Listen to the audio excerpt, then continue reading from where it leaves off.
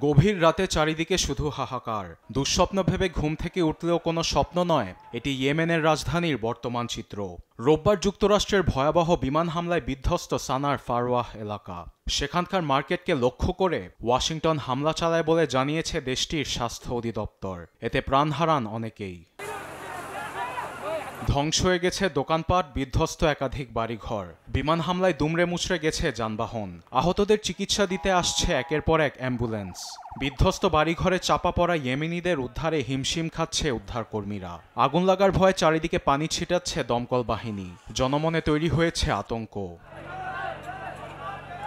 এদিকে শুধু ফারওয়াতেই নয়, সানার আত্তান ও আল ওয়াহদা অঞ্চলেও বিমান হামলা চালিয়েছে যুক্তরাষ্ট্র।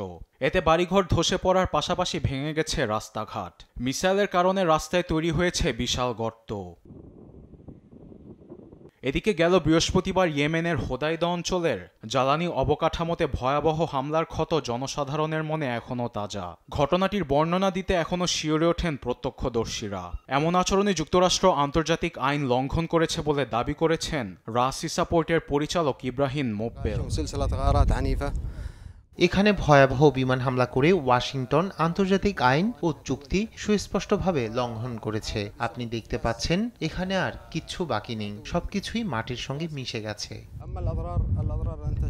এদিকে ইয়েমেনে হামলা কবে, কিভাবে, এমন তথ্য আবারও ফাঁস হয়ে গেছে। বিষয়টি হাতে এসেছে মার্কিন গণমাধ্যমে। এর সঙ্গে আবারও নাম এসেছে মার্কিন প্রতিরক্ষামন্ত্রী পিট হেগসেথের, যার বিরুদ্ধে গেল মাসে ভুলবশত সিগন্যাল অ্যাপের গোপন আলাপে অ্যাটলান্টিক ম্যাগাজিনের সম্পাদককে সংযুক্ত করা হয়। এবার নতুন চ্যাট গ্রুপে হেগসেথের ভাই, স্ত্রী ও তার ব্যক্তিগত উকিলকে ঢুকানো হয়। এবারও বিষয়টি ফাঁস হয়ে গেছে।